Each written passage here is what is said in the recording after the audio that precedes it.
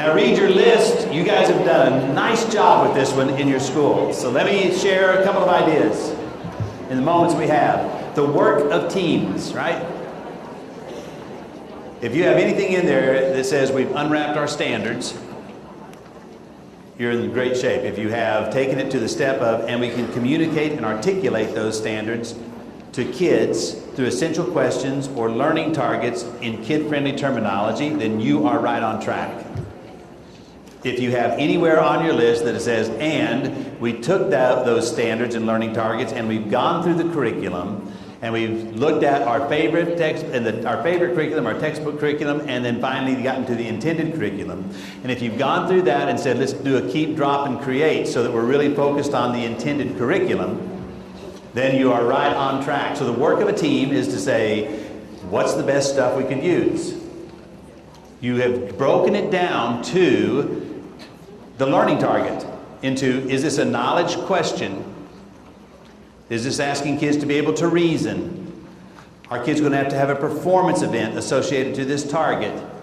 Or is it something they have to create in the form of a product? When you take those targets, when teams take those targets into one of those four categories, they become very clear on how you will assess it. That allows you, once you know how you're going to assess it, you know which material you can get rid of, and which material you might need to keep, and which resources you might need to create because you don't already have it there. So you've got to take it to that level. Think about how you're going to measure it together. Then ask the resources. When should it be taught? How long should it be taught? And then how are we going to communicate those targets to students? That simple protocol is what we ask every team to do on their standards.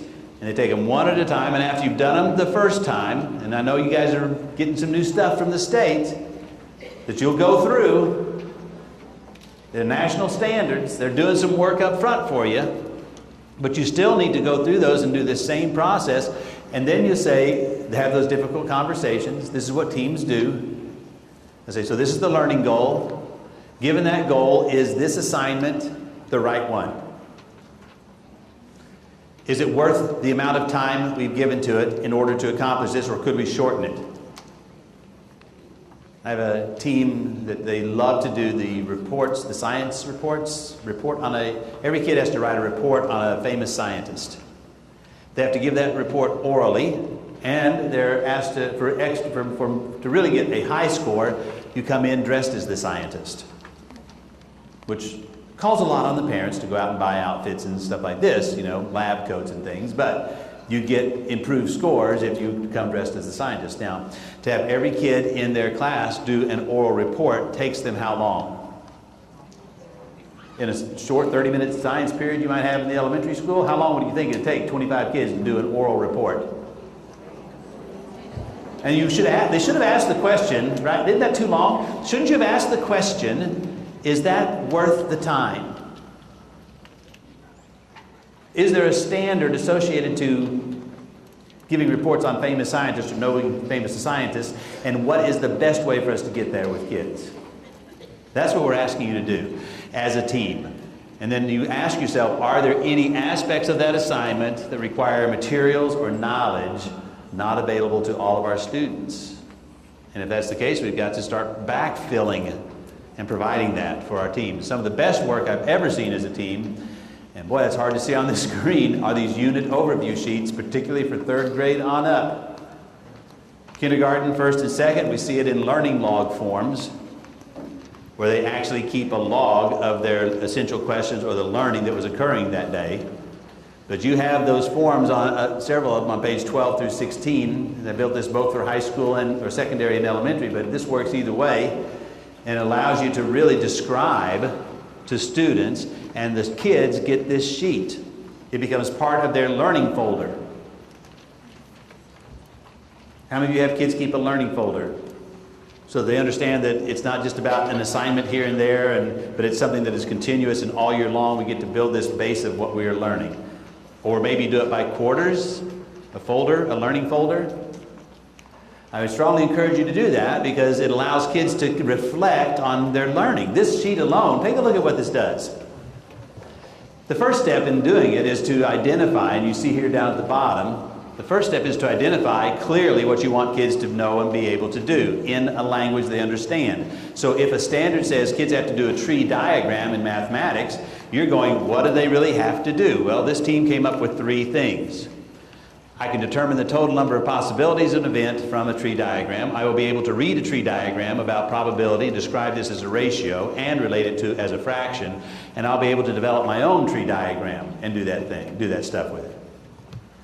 Each of the tasks out beside it are your assignments associated to it, and the kids will be able to give feedback to themselves on how did I do on that assignment, which should give them some indication about how well prepared they are when it comes time to be assessed on those ideas. The teachers then, and none of this was given to them, the teachers just sat together and in 45 minutes prior to teaching a unit, they developed this sheet. The final stage was to write a paragraph about who uses it to make it relevant so that kids understand it. So they wrote this, as a 6th grade team one, they wrote this in terms of this, during the next 3 or 4 lessons. Do you know how long they had been teaching? And before they did this, tree diagram was a 2-week unit in their class. When they narrowed the topic, it became a 3 to 4 lesson unit. When they got clear and got rid of some stuff they didn't have to teach, they defined more clearly their curriculum. But it wasn't until they put themselves through the steps. And then they wrote that here are the people that actually use tree diagrams. And they tried to find something that would appeal to kids. My thinking is that anytime you talk about yourself in this paragraph, you will have a more likelihood to appeal to kids.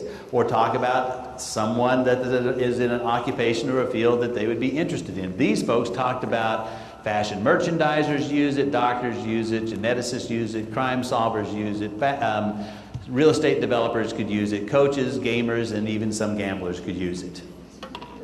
Yeah. And then they would say, here's how a gambler would use it, or here's how a fashion merchandiser would use it. That they did because it connects to student motivation. If you think about some of the earlier work I showed you, when you make it relevant, they're much more likely to be motivated. When they understand why and who and how it's done or used, they're much more likely to connect to the learning. Just to say, the next unit is on tree diagrams, they're going, so? Learning is more than just the activity. Learning is the connection and the application, and fielding that with kids is critical, okay?